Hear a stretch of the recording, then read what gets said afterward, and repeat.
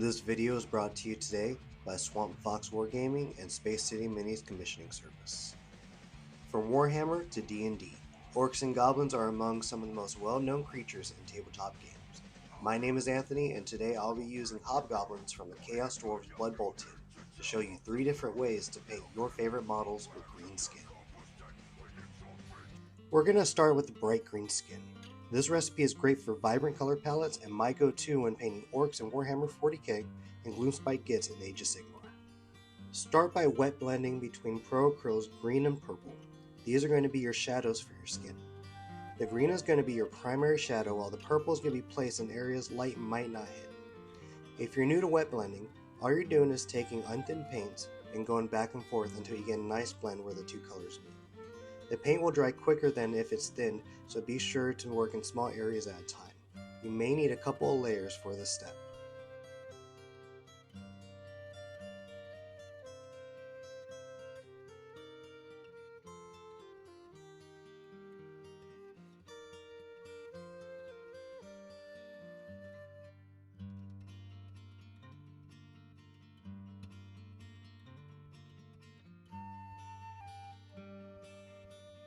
Moving on to the midtone, you'll need a mix between Pro Acryl's green and Pro Acryl bright yellow green.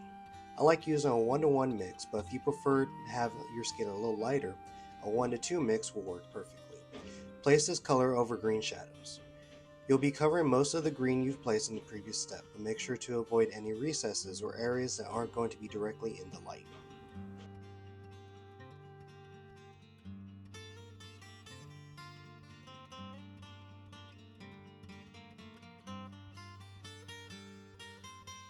Finally, use Pro Acryl's bright yellow green for the highlights. I like to use this on the nose, brows, ears, and knuckles for the greatest amount of contrast.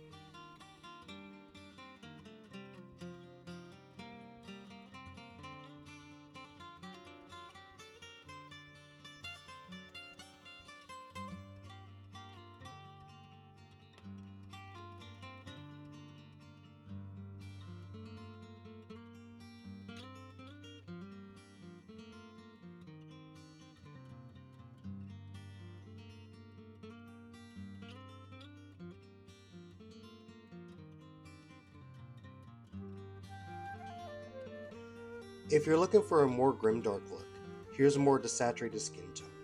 For the shadows, we'll be wet blending Pro Acryl's purple with Pro Acryl dark yellow green. You'll be using the same techniques as shown in the previous skin tone. If you find that the purple is a bit too bright, just add a little bit of black until you're satisfied with the color.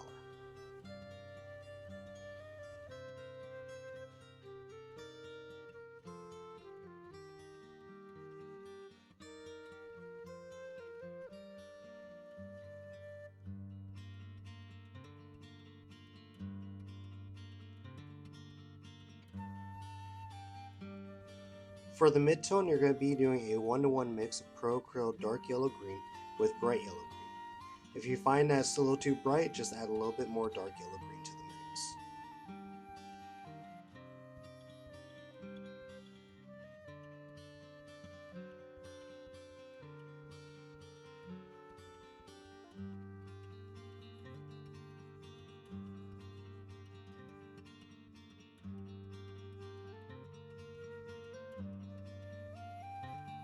The highlight will be slightly different than the previous skin tone.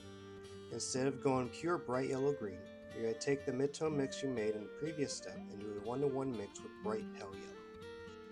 This will add more white into your mix and really help sell the desaturated look. Once again, I like adding this to the nose, brows, ears, and knuckles for the greatest amount of contrast.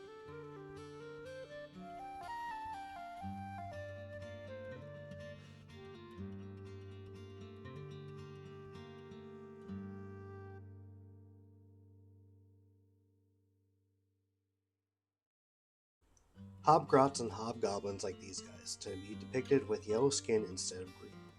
If that's the look you're after, then start by wet blending Pro Acryl's purple with Pro Acryl yellow ochre.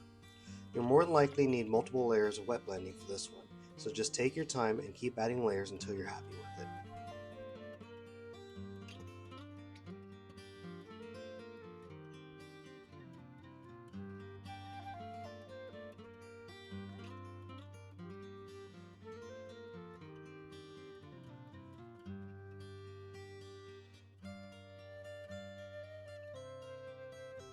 For the mid-tone, you'll be adding a 2 to 2 to 1 mix of Pro Acryl's Yellow Ochre, Bright Yellow Ochre, and Bright Yellow Green. This will give you a slight greenish tint to your skin for a more sickly yellow skin. If you prefer a more greenish hue, do an even ratio instead.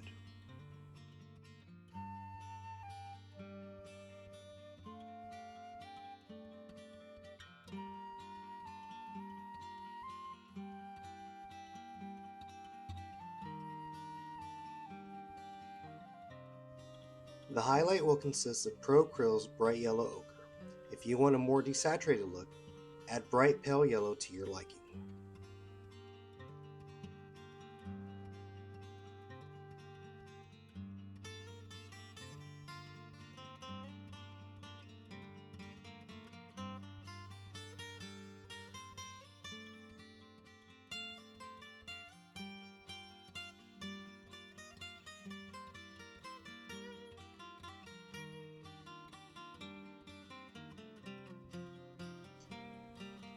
If you want to take it a step further, adding pink hues to your skin will add a bit more life to your models.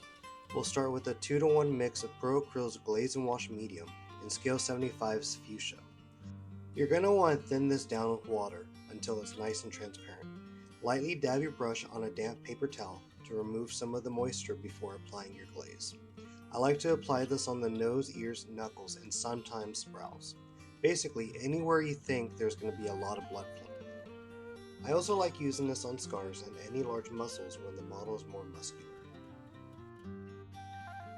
After that, you'll add your highlights. I use a 1 to 1 mix of Pro Acryl's Wash and Glaze Medium with Army Painter's Air Fade Pink.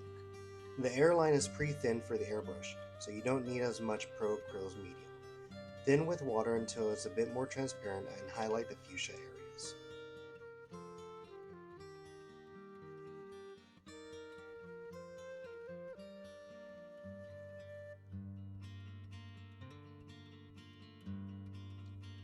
If you like what you saw in this video, make sure to subscribe to the channel and follow me on Instagram at Space City Minis. For now, I'll see you in the next video.